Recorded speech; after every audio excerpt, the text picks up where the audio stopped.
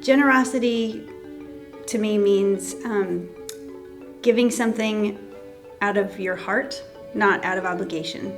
I think I constantly have to remind myself that what I have is not mine and that God has given me everything that I have. And the sharing of that with other people is really just an intrinsic joy.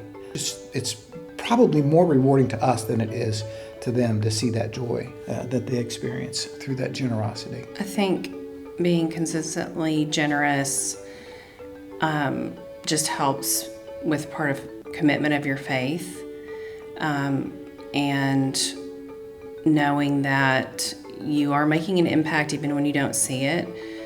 The whole, the Pharisees tithed, but it wasn't the right kind of tithing because they didn't do it from their heart. But what I found is that God takes care of all your needs, and you just can't outgive God. It's just sort of surprising.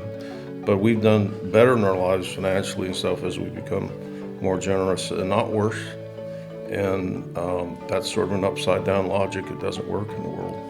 It has reinforced the notion that everything that we have comes from God, and if we are obedient to do what God has asked us to do, then as He has said, He will throw open the floodgates and give us so much blessing that we can't hold them all.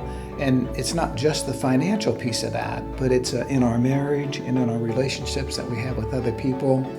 I would say if someone's thinking about finding a way to be generous or taking a step, I would say just pick something and do it.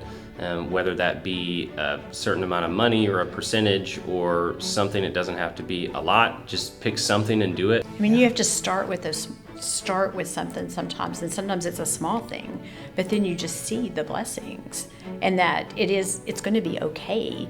It's going to all. I mean, you're going to see God's work there. There's just this plan that you can't foresee until you give in that way. Kind of listen to that inner voice too. It can be as little as being in a fast food line, drive-in, and just you feeling led for whatever reason to pay for the person behind you. It's that inner voice that if you pay attention to it, it does lead you in the right direction. Giving is not God's way of raising money. It's His way of raising people with surrendered hearts. And that was really the important part for us, is learning that, again, we prioritize this first. This giving is the first thing on the budget, and it changes the way we think about the rest of our money.